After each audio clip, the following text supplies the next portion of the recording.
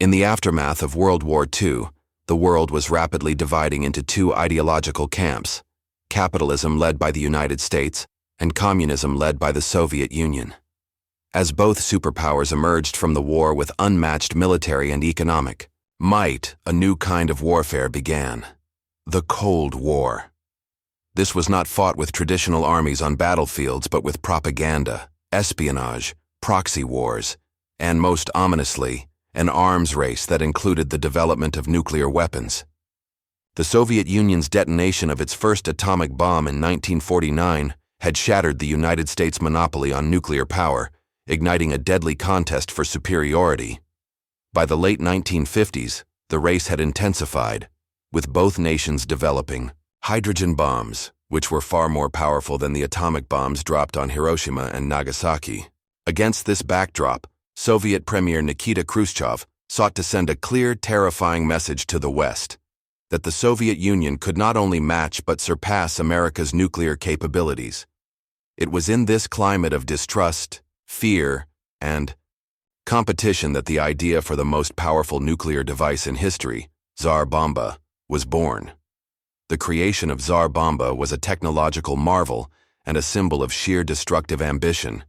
Developed by a team of Soviet physicists under the direction of Andrei Sakharov, who would later become a vocal advocate for disarmament, the bomb was officially named RDS-220, but quickly earned the nickname Tsar Bomba, the King of Bombs. The design called for a three-stage thermonuclear device that was originally intended to yield 100 megatons, equivalent to 100 million tons of TNT.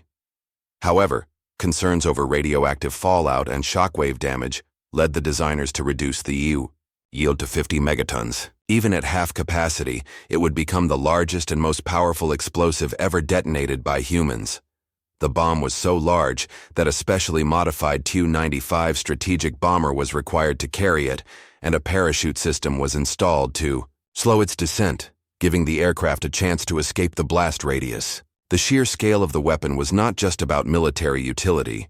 It was a dramatic display of Soviet power meant to terrify adversaries and impress allies. But even within the USSR, some scientists viewed it as a grotesque symbol of mankind's potential for annihilation. To conduct a test of such unimaginable scale, the Soviet Union needed a location remote enough to avoid mass casualties, yet secure and accessible for military and scientific operations. They selected Novaya Zemlya, an isolated archipelago in the Arctic Ocean. This desolate region had long been used for Soviet military tests due to its extreme isolation, frigid climate, and low civilian population. It was far from cities or international borders, making it a strategically ideal site for such a risky detonation. In the weeks leading up to the test, the area buzzed with activity. Soviet military engineers constructed observation posts, safety bunkers, and equipment stations. Ships patrolled surrounding waters, and aircraft were stationed on standby. Strict secrecy surrounded the entire operation. Even the bomber crew was briefed at the last moment. For many involved, this wasn't just another military exercise. It was a moment in history. The atmosphere was tense, filled with awe and anxiety as the most powerful weapon ever created was readied for use. Every precaution was taken to ensure data could be gathered and the crew could survive, but no one could fully predict what was about to happen. On the morning of October 30th, 1961, the Soviet Union unleashed a force unlike anything the world had ever seen. A modified Tu-95 bomber, escorted by a smaller observation plane, took off carrying the Tsar Bomba under its belly, slowed by a massive 800-kilogram parachute. As the aircraft reached an altitude of about 34,000 feet, it dropped the bomb over the designated target on Novaya Zemlya. The bomb detonated approximately 4,000 meters, 13,000 feet, above ground, creating a fireball that expanded nearly 5 miles wide, vaporizing everything beneath it. The explosion released energy equal to 50 million tons of TNT, more than $3,000 times the power of the Hiroshima bomb. The resulting mushroom cloud rose over 40 miles into the atmosphere, penetrating the stratosphere and visible from over 600 miles away. The shockwave from the blast circled the Earth not once but 3 times, and broke windows hundreds of miles from ground zero. Seismic sensors registered the detonation like a massive earthquake.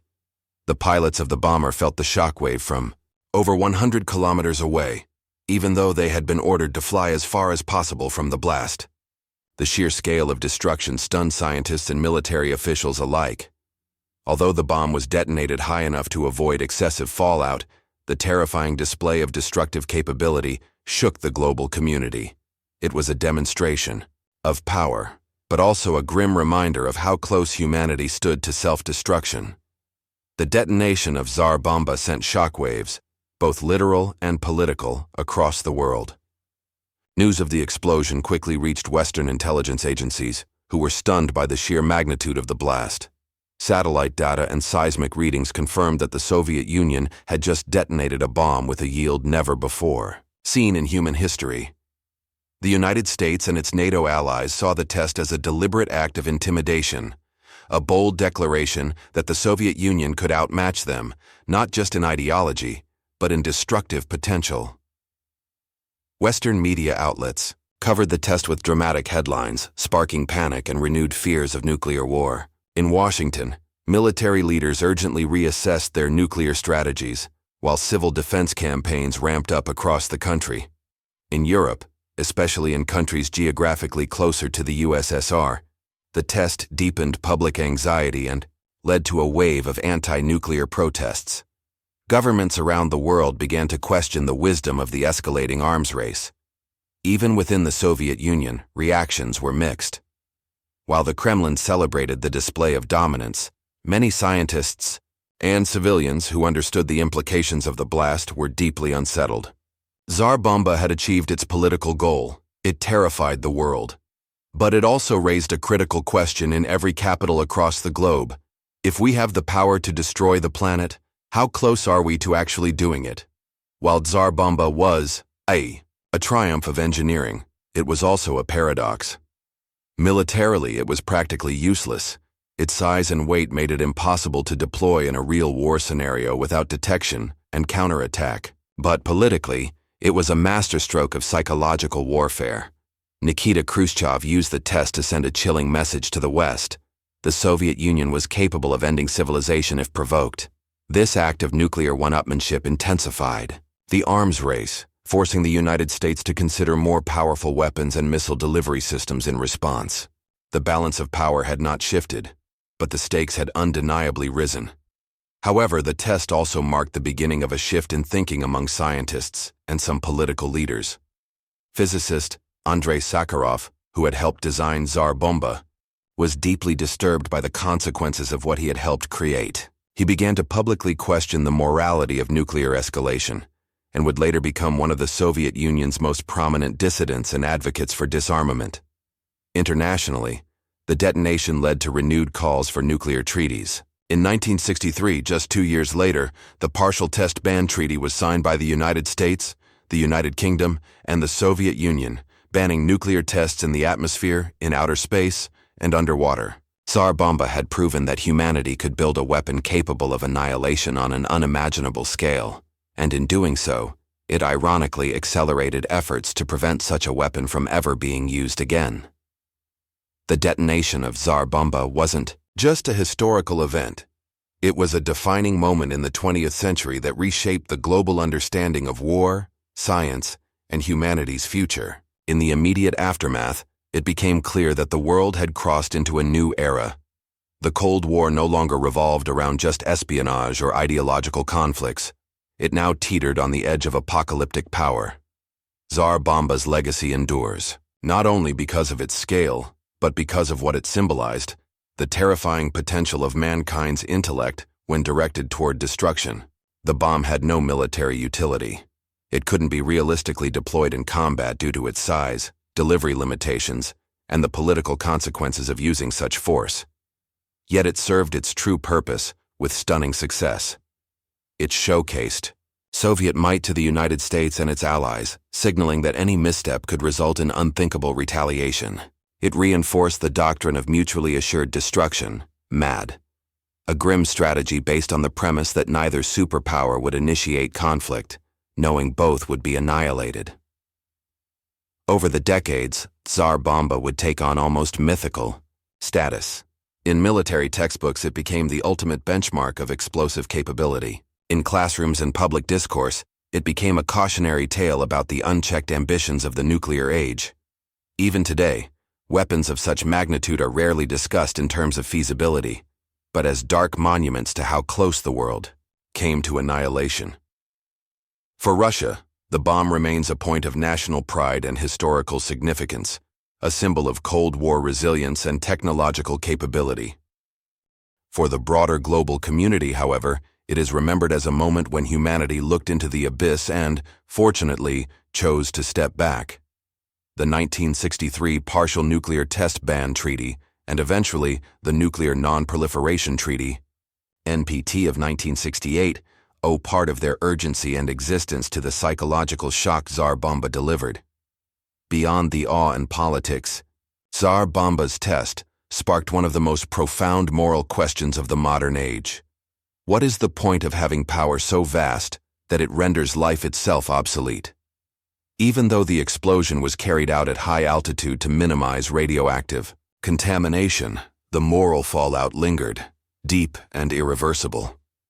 Scientists, citizens, and governments alike began to question whether technological progress had gone too far. In the Soviet Union, this moral reckoning was embodied by Andrei Sakharov. Once hailed as a brilliant physicist and the father of the hydrogen bomb, Sakharov would become one of the USSR's most powerful voices for peace and human rights.